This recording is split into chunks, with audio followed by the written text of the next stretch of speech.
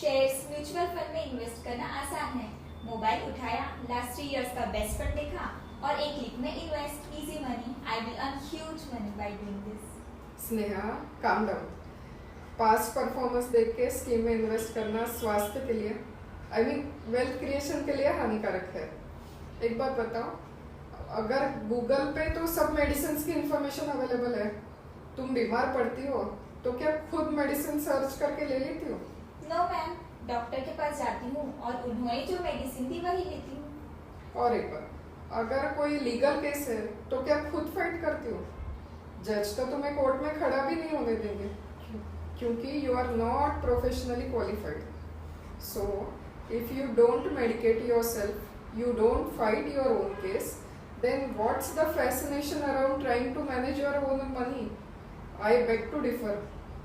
Unfortunately, TV हो, internet हो, newspaper हो, हर टाइप की मीडिया ये प्रमोट कर रही है कि खुद का पैसा खुद से मैनेज करना कितना सिंपल है, but it is not.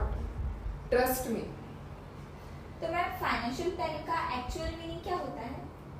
Financial planning सिर्फ इन्वेस्टमेंट प्लानिंग नहीं है, इसमें रिस्क मैनेजमेंट, गोल based planning, estate planning, tax planning, ये सब चीज़ें आती है। कितने लोग कॉन्फिडेंट है कि उनका लाइफ और हेल्थ इंश्योरेंस प्रॉपर अमाउंट का किया है?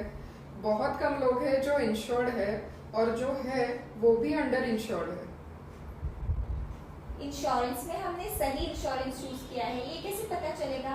क्लेम देते वक्त जो परेशानियां आती है उसके बाद ही सही या गलत इंश्योरेंस का पता चलता है।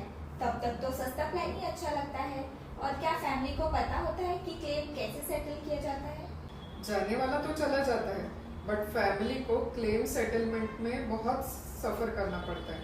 बिल बनाने वाले लोग भी इंडिया में बहुत कम है। हर चीज़ में प्रॉपर प्लानिंग का बहुत बड़ा रोल होता है। जैसे सिर्फ 5% लोग इंश्योर्ड है और सिर्फ 0.5% लोगों के पास विल है। इंश्योरेंस और विल की तो छोड़ो, लेकिन बहुत से लोग इन्वेस्टमेंट भी अपने पोटेंशियल से कम कर देते हैं क्योंकि उन्हें अपने गोल्स के लिए कितना इन्वेस्ट करना ये पता ही नहीं रहता। बेटर रिटर्न्स पाने की कोशिश में इन्वेस्टिंग मिस्टेक्स हो जाती है। मैम, इन्वेस्टमेंट के बारे में और भी कुछ बताइए।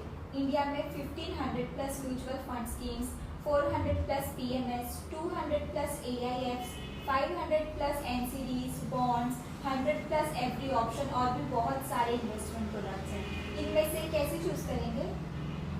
ये प्रॉब्लम सिर्फ एमएफ में इन्वेस्ट करने, पीएमएस में करें, एआईएफ में करें, यहाँ पे नहीं रुकता, बल्कि इन प्रोडक्ट्स के अंदर भी होता है। I can understand, but 1500 plus mutual fund schemes है, तो इनमें से 4 या 5 फंड कैसे सिलेक्ट करें? लास्ट 3 इयर्स में worst performance small cap fund ने 27.55% CAGR दिया, लेकिन बेस्ट ने 47.74%। ये डिफरेंस बहुत बड़ा है। 20% डिफरेंस ही नहीं, अगर 3% डिफरेंस हो तो भी आउटकम बहुत अलग होता है।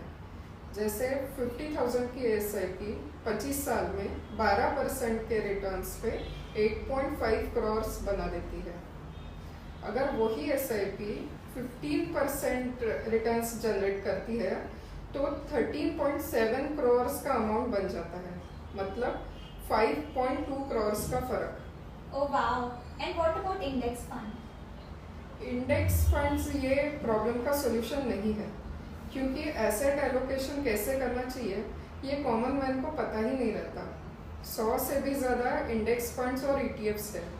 बहुत से लोगों को ये भी नहीं पता कि ETFs ही म्यूचुअल फंड्स ही है। तो ये लेवल है अपने फाइनेंशियल लिटरेसी की।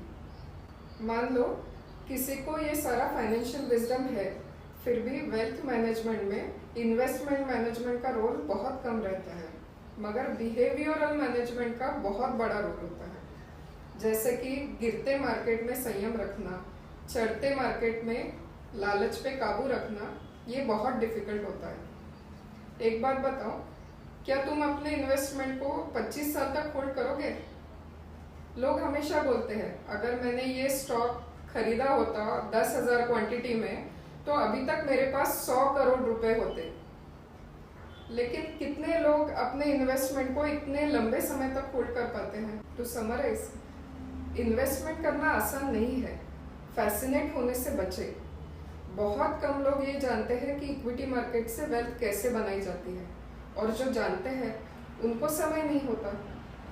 मंजिल तक पहुंचने के लिए एक सारथी जरूरी है। Happy investing.